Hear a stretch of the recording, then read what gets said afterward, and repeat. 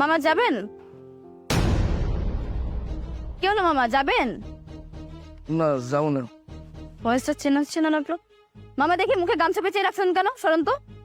একটু সমস্যা আছে তো। সরেন বলতেছি। আরে সরেন না। বাবা তুমি তুমি রিক্সা চালাচ্ছ? তুমি চাকরি করতে? এই তোমার চাকরি রিক্সা চালানো? মা মা আমার কথাটা শোনো। মিথ্যাবাদী ছোট লোক একটা বেঈমান। তুমি আমার আর আমার মেয়ের সাথে এতদিন বেঈমানি করে আসছো। হ্যাঁ, তুমি কি বলছিলা তুমি না অফিস করতা? এই তোমার অফিস, এই রিক্সা চালানোটা, তাই না?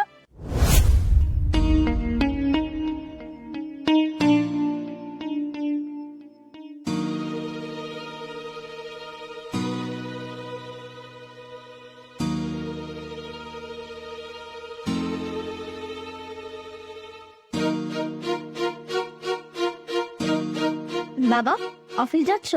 হ্যাঁ। তোমাকে না আমি একটা কথা বলার ছিল। গতকালকে আমার ফ্রেন্ড স্কুলে একটা ব্যাগ নিয়ে এসেছিল। দেখতে ব্যাগটা এত সুন্দর বাবা, তোমাকে যে কি বলবো, মানে বলে বোঝাতে পারছি না। ব্যাগটার ডিজাইন কালার এত সুন্দর বাবা, তোমাকে যেন কি বলবো না। আমার বান্ধবী বলেছে ব্যাগটার দাম নাকি মাত্র 3000 টাকা। আমি চাই তুমি আজকে অফিস থেকে আসার পথে আমার জন্য ওই ব্যাগটা নিয়ে আসো। প্লিজ বাবা, তুমি আমার জন্য নিয়ে এসো প্লিজ। আচ্ছা ঠিক আছে মা, নিয়ে আসবো। বাবা তোমার মনটা কেন যেন একটু খারাপ লাগছে, কিছু হয়েছে? না কিছু না, এমনিতেই। আচ্ছা কি ব্যাপার বলো তো? এর আগে তো প্রত্যেক মাসে রুম ভাড়াটা ঠিক মতো দিয়ে দিতে, কিন্তু আজকে মাসের 7 তারিখ, তুমি রুম ভাড়া দেওয়ার কোনো নামই নিতেছো না। আচ্ছা রুম ভাড়া কবে দিবা? আর তুমি ইদানিং এমন হয়ে যাইতেছো কেন? কি কোনো সমস্যা? না কোনো সমস্যা নেই, বাড়ি ভাড়ার ব্যাপারটা আমি দেখছি। ঠিক আছে। ব্যাগটা বাবা নিয়ে আসবে কিন্তু। আচ্ছা ঠিক আছে।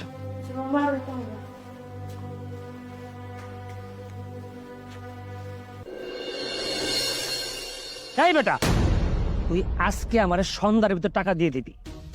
আমার নাম শুনলে মানুষ এমনি ভয়তে পলায়, আর তুই আবার টাকা নিয়ে মানে ঘোরাঘুরি করতেছিস। তুই যেমনি হোক আজকে বিকেলে তোর টাকা দিয়ে দিবি, ঠিক আছে? কথা তোর মনে থাকে, ঠিক আছে? এই এখানে রাখ।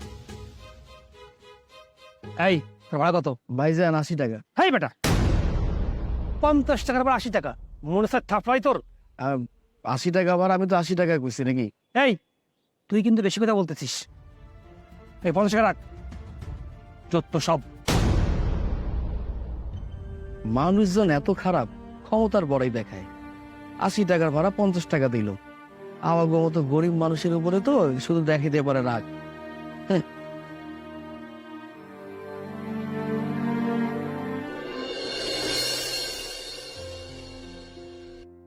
আম্মু এই মুহূর্তে একটা গাড়ি নাও না, আমার পা একদম ব্যথা হয়ে গেছে।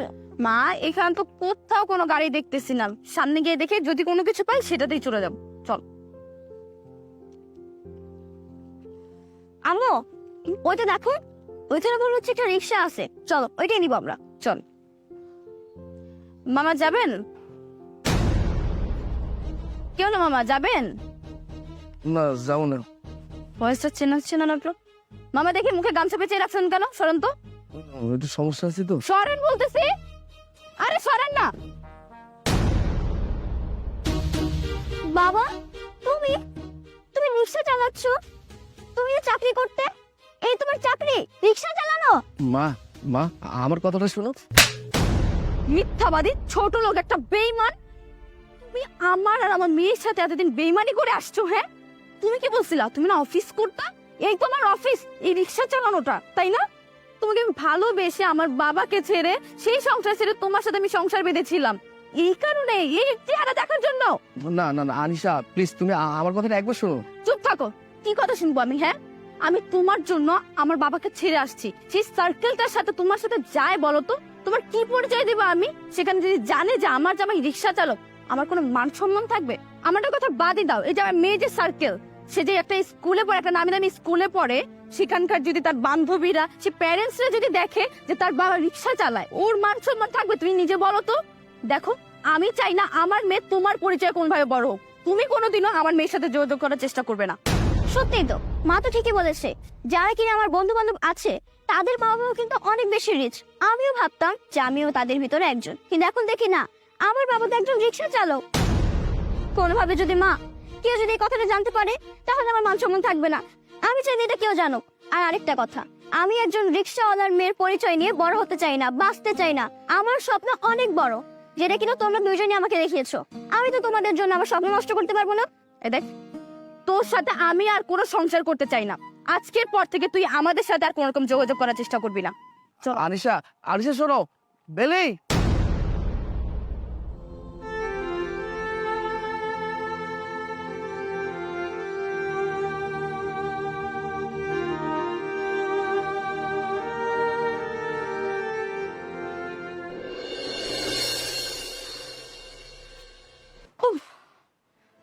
জাস্টই খারাপ হয়ে যেতেছে। মা বলো তো, বাবা কি এটা কোনো কাজ করলো? সেটাই তো আমি বুঝতে পারতেছি না। এতদিন ধরে বলে আসছে যে বড় একটা অফিসে চাকরি করে, সেরকম গেট আপ সেট নিয়েও বের হয়, কিন্তু শেষ পর্যন্ত আজকে কিনা দেখলাম রিক্সা চালাইতেছে, লুঙ্গি পরা। উফ, আমি ভাবতে পারতেছি না এত বড় বেইমান কিভাবে হইতে পারলো। কিন্তু মা, এখন আমাদের কি হবে? হবেন আনিশা, কি ব্যাপার? তুমি এখানে আবার কেন আসছো? হ্যাঁ, তোমাকে আমি নিষেধ করছি আমাদের সাথে আর দেখা করবা না, যোগাযোগ করবা না, তারপর তোমার এত বড় সাহস তুমি এখানে চলে আসছো। আনিশা, আমার কথাটা একবার শুনো। আরে কি কথা শুনবো তোমার আমি? হ্যাঁ, এতদিন ধরে আমাদেরকে ধোকা দিস, আমাকে আর আমার মেয়েকে একটা অন্ধকারের মধ্যে রাখছিস। তুই তুই কি বলতে বড় অফিসে চাকরি করিস, কিন্তু তুই রিক্সা চালাকার যে নিজের পেশাকে লুকিয়ে রাখে, সে আর এত বড় বড় কথা কিভাবে বলতে আসবে? হ্যাঁ, তুই আমার সাথে আর কোনো রকম কথা বলবি না, তুই এখান থেকে সোজা বেরিয়ে যাবি। আনিশা, একটাবার আমার কথাটা শোনো। তুই কি এখন এখান থেকে যাবি নাকি ঘাট ধাক্কা দিয়ে বের করতে হবে? আমার কথাটা শোনো। চাইতে বলছি আমি। আরে তুমি কথা শোনো। যাও। মা, বাবা কিভাবে তাড়িয়ে দেওয়াটা কি আমাদের ঠিক হলো? যা করেছি একদম ঠিক করেছি। তুমি তোমার নিজের পড়াশোনার দিকে ফোকাস করো, ছোট আছে ছোটর মতো থাকো। আর আমি যেটা করেছি তোমার ভালোর জন্যই করেছি।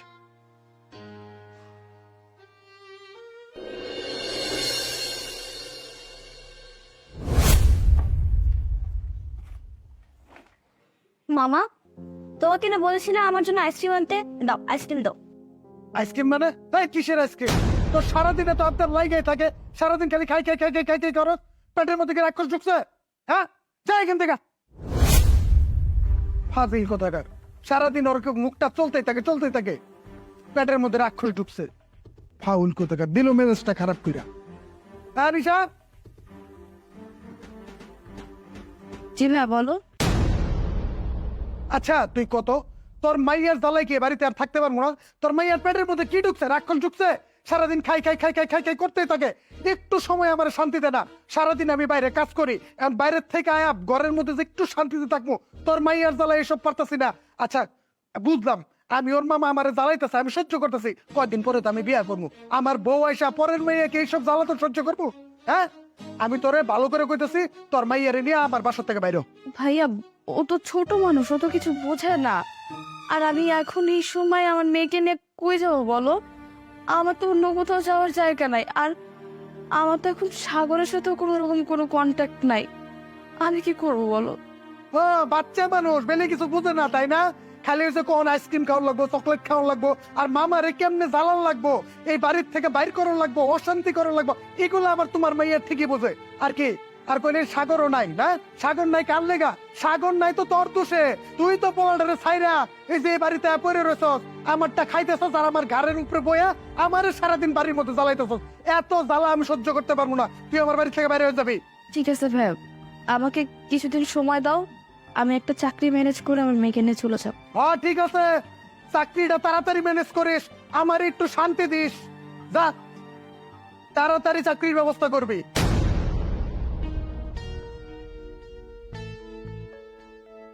এগুলো আপদ বিপদ কবে যে বাড়ির থেকে দূর হবো আল্লাহ জানে। সাগর তুমি? হ্যাঁ আমি। আনিশা, তুমি এখানে? আমি এখানে ইন্টারভিউ দিতে এসেছি, কিন্তু তুমি এখানে কেন? হ্যাঁ, আমি তো এই অফিসে নতুন জয়েন করেছি। তুমি না রিক্সা চালাতে? হ্যাঁ, আমি রিক্সা চালিয়েছি খুব বেশি দিন না, অল্প সময়ের জন্য, বলা যেতে পারে কয়েকদিন। আর আমি যখন রিক্সা চালাতাম তোমার চোখের সামনাসামনি পড়ে গেছি, তুমি আমাকে ভুল বুঝে নানান কথা বলেছো। তোমাকে কিন্তু বারবার একটা কথা বলার চেষ্টা করেছিলাম যে তুমি প্লিজ আমার একটা কথা শোনো। তুমি কোনো কথা শোনোনি। তুমি যদি শেষ সময় আমার কথা শুনতে, এই যে আজকে তুমি ইন্টারভিউ দেওয়ার জন্য আসছো, তোমার কি প্রয়োজন ছিল আসার? কোনো প্রয়োজন ছিল না। আসলে আমার আগে যে চাকরিটা ছিল সেটা চলে যায়, কিন্তু আমি চিন্তা করে দেখলাম এইসব ব্যাপার যদি আমি তোমাকে বলি, হয়তো তুমি চিন্তা করবে, কারণ আমাদের ছোট একটা পরিবার, এই পরিবারটা চালাতে গেলেও তো অনেক টাকা খরচ। এই বাড়ি ভাড়া থেকে শুরু করে প্রতি মাসে 30 থেকে 40,000 টাকা শুধু ব্যয় হয়ে যায়, আর আমাদের পার্সোনাল খরচ তো আছেই। তো আমি ভাবলাম এতগুলো টাকা আমি কোথায় পাবো, কি করব। তোমাকে যদি বলি তুমি হয়তো বা হতাশ হয়ে যাবে। তোমার ভাইয়ের কাছে যদি তুমি বলো যে ভাই আমার এই সমস্যা, তোমার ভাই হয়তো বা হেল্প করবে না। তাই আমি কোনো উপায় না পেয়ে রিক্সা চালালাম। যা টাকা আমার রান হতো ওই টাকা দিয়ে কোনো মতো চলতাম। তারপরও তোমাকে কিন্তু আমি বুঝতে দেইনি, কারণ আমি কখনো চাইনি যে আমার পরিবারটা আমার জন্য কষ্ট পাক। এর পাশাপাশি যে সময়টা ছিল, এই সময়টা আমি বিভিন্ন জায়গায় গিয়েছি চাকরির জন্য, কিন্তু সবাই তো একটা কথাই বলে, চাকরি পেতে গেলে টাকার দরকার। কিন্তু ওই মুহূর্তে আমার কাছে এত টাকা ছিল না। তুমি কোনো কিছু না জেনে না বুঝে আমার সাথে যে আচরণটা করলে না, বিশ্বাস করো আমি কখনো তোমার কাছে এটা আশা করিনি। দেখো, স্বামীরা কিন্তু বরাবরই চেষ্টা করে পরিবারটা ভালো রাখতে, পরিবারের মানুষজন যেন ভালো থাকে। স্বামীদের কষ্ট শুধু স্বামীরাই বোঝে। আমার বন্ধু রাজের কথা বলি, এমনও সময় গেছে ওর ঠিক মতো খেতে পারেনি, তারপরও ওর পরিবারকে বুঝতে দেয়নি। দেখো, এই যে স্বামীদের ত্যাগ, এই ত্যাগগুলো কিন্তু তোমরা কখনোই বোঝো না। তোমরা মনে করো কি স্বামীরা হয়তো বা টাকার মেশিন, এদের কাছে আমি যেটা চাবো, যেটা আবদার করবো সেটাই পূরণ করবে। কিন্তু তার আগে তোমরা কি একটাবারের জন্য ভাবো আমাদের স্বামীরা কেমন আছে, তারা কি করছে, তাদের মনের অবস্থা কি, তারা টাকা কিভাবে আর্নিং করছে? কোনো কিছু জানতে চাও না। আজকে আমাদের দেশে যে পরিমাণে সংসারে অশান্তি লেগে গেছে, শুধুমাত্র ভুল বোঝাবুঝির কারণে। এই যে তুমি আমাকে ভুল বুঝেছ, আমি মানছি তোমার দেখার ভুল না, ব্যাপারটা সত্য ছিল। তুমি যদি একটাবারের জন্য আমার কথাটা শুনতে, তাহলে হয়তো বা আমাদের মধ্যে এতদিন এত মিসআন্ডারস্ট্যান্ডিং এত কিছু হতো না। তুমি যখন আমাকে বাসা থেকে ঘান ধাক্কা দিয়ে বের করে দিলে না, তারপরে থেকে আমি ঠিক মতো খেতে পারিনি, ঘুমাতে পারিনি। যে মেয়েটাকে এত কষ্ট করে লালন পালন করে বড় করছি, সেই মেয়েটা যখন আমাকে বলল আমার বাবা একজন রিক্সা চালক, এই পরিচয় নিয়ে আমি বেঁচে থাকতে চাই না, তখন আমার খারাপ লেগেছিল। তুমি আমার মেয়ের সামনে আমার ঘাট ধাক্কা দিয়ে বাসা থেকে বের করে দিয়েছ। তুমি বুঝতে পারছো আমার কত কষ্ট যন্ত্রণা হয়েছে? তারপরে কিন্তু আমি প্রতিবাদ করিনি, কারণ আমি চাই আমার পরিবারটা ভালো থাক।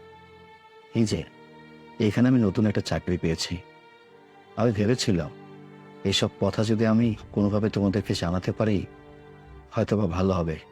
আজ নয় কাল, কাল নয় পরশু, ভাবতে ভাবতে আজ কিন্তু তুমি চলে আসলে। দেখো আল্লাহর কি নীলা খেলা, তুমি আজকে আমার এখানে এসে ইন্টারভিউ দেওয়ার জন্য আসছো। সত্যি আমি অনেক বড় ভুল করেছি, কিন্তু আমি না কখনো বুঝতে পারিনি যে তুমি এতটা কষ্ট করো আমাদের সংসারের জন্য। আমি বুঝতে পারলে কখনো এরকমটা করতাম না। আর আমাদের সম্পর্কে যেটা হয়েছে বা যা ঘটে গেছে সম্পূর্ণটাই তো একটা মিসআন্ডারস্ট্যান্ডিং বলো। আমরা তো ইচ্ছে করে কিছু করিনি। তুমি প্লিজ সবকিছু ভুলে যাও। আমরা চাইলে তো আবার নতুন করে সবকিছু শুরু করতে পারি, তাই না? আচ্ছা, সেসব কথা বলবো, তার আগে আরেকটা কথা বলি। শুধু আমি নই, প্রতিটা স্বামী প্রতিটা পরিবারের জন্য কষ্ট করে, আর এই কথাটা প্রতিটা বউয়ের বোঝা উচিত। আচ্ছা, তুমি যেহেতু আমাকে বললে যে আমরা আগের মতো থাকতে পারি কিনা, সত্যি কথা বলতে তোমাদেরকে ছাড়া আমি একদম শূন্য হয়ে গেছি। হয়তো অফিসে একটা জব করছি, এসব কিছু না। আমার জীবন, আমার সব কিছু তো তোমরাই, তাই না? আমি কোনো রাগ অভিমান করছি না। আর চাকরির ব্যাপারটা অবশ্যই আমি দেখবো। আমিও তো চাকরি করছি, এসব নিয়ে ভাবতে হবে না। চলো, আমি আমার মা মনিটাকে অনেক মিস করছি। চলো তাহলে। চলো।